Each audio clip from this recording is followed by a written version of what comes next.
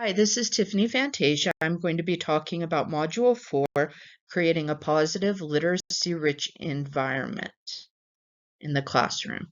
So what is a literacy-rich environment? A literacy-rich environment demonstrates how literacy is useful in everyday life by allowing children to interact with print texts independently and with educators. This helps to consolidate children's understanding of the functionality of literacy and how it is useful in everyday life. It can be print or digital, physical or online. How is vocabulary acquired? Can be both through direct instruction and indirectly from the environment, conversations, literature, etc. Research indicates that students who have a wide vocabulary actually gain more vocabulary indirectly than directly through instruction. Indirect methods include many strategies used in a literacy-rich environment. Oral language builds vocabulary. A key aspect of a literacy-rich classroom, from reading books aloud to speaking. Read-alouds are essential throughout the elementary grades because research has shown that one, listening comprehension on average is greater than reading comprehension until children are 12 to 13 years old, and two, even elementary written texts are richer and more complex than spoken language. How does a literacy-rich environment build vocabulary? It exposes students to a wider variety of words. Students may come in with varying degrees of understanding of a word. They may not understand it that completely. It allows them to see how words are used in various contexts. It exposes students to specialized vocabulary within each subject, for example, theocracy. It also exposes students to general vocabulary, which is useful in every field. For example, the word emotive. When all teachers are working together, vocabulary is built upon and reinforced. For older students, well, for all students, literacy has 5 distinct parts: phonology, morphology, syntax, semantics, and pragmatics. Much of what's posted online centers on younger students. However, this is also very important for older students.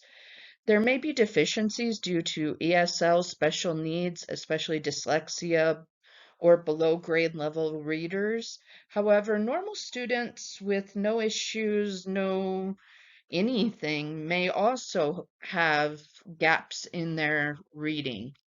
So this gives them an opportunity for corrections. It also allows all students to see that learning is lifelong. Some students may care about this, but it may help them get a higher score on college entrance exams. According to Dr. Lycan, every day your student should be able to come into your classroom and learn something, even if they just stare at the wall for 45 minutes. So a literacy-rich classroom allows students to build their vocabulary. An example of this would be my 7th grade science teacher who had us create posters of common Greek and Latin prefixes, suffixes, and root words.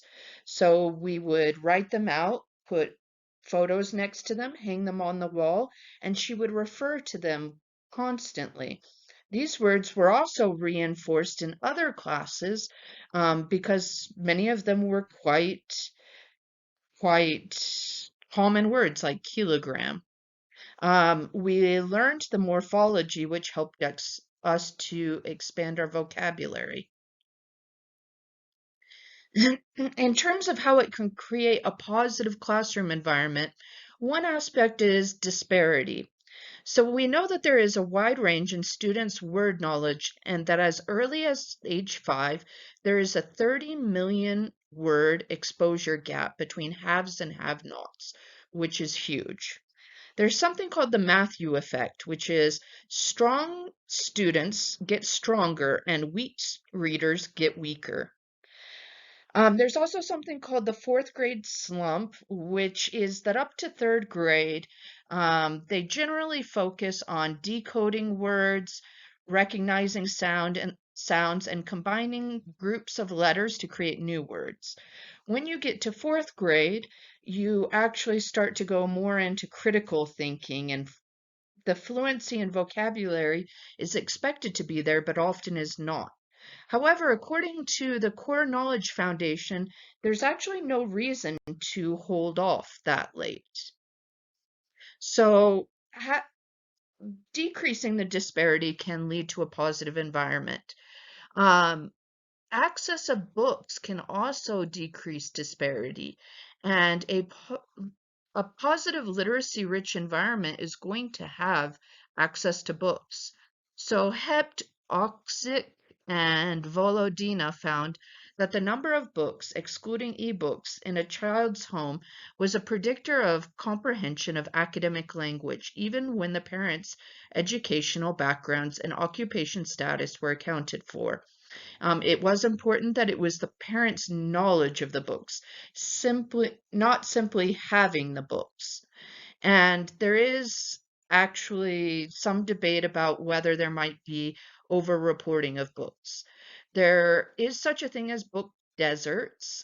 So some students may have no access to books. And in some areas, like in Iran, we can easily see by the income here and the price of the books, some students may have no access to books. Diversity. So in a literacy-rich classroom, diversity is going to be represented. Teachers will have an opportunity to introduce diverse voices into their classrooms. These can give the students an opportunity to see themselves reflected as great historical figures, noteworthy authors, or simply important voices. Students can become accustomed to hearing from a wider variety of voices, understanding that they are all equally valuable. And knowledge about unfamiliar and new cultures and religions can be imparted. Engagement. When students are able to participate in the selection of texts and the writing of stories or the creation of charts for the wall, they are able to become engaged in the learning process. They gain ownership of the classroom. They guide their learning, making them more invested. Learning differences. Incorporating different methods for learning allows different needs to be met. Visual learners, kinesthetic learners, audio learners will all be represented and addressed. It also allows teachers to use different strategies which may be overlooked for certain populations, such as neurodivergence.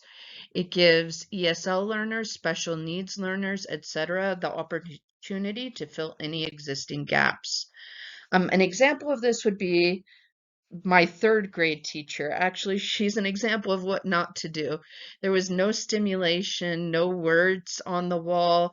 The students were not involved in creating the rules. And it wasn't a literacy-rich environment. So this actually created a negative environment. I personally have autism, and whenever I would bring a book and read it, because I didn't actually understand, you couldn't read during class, she would punish me. There was no encouragement. And when the punishment failed to get me to do what she wanted, she actually just tried to get me to skip a grade or to get out. Whereas by having words in the classroom, I could have remained more engaged. A great example of a really great teacher I had was Mr. Whitehead. He was a history teacher. He had history card games that we could play before school.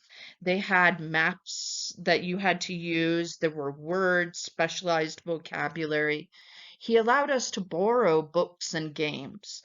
There were literacy-rich decorations that we created, and there was diversity in all the decorations and texts.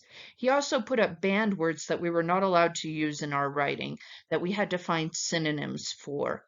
And during class, we would go and we would be in groups, but we would be engaging in literacy-rich history games. And this allowed us to build community and a positive environment.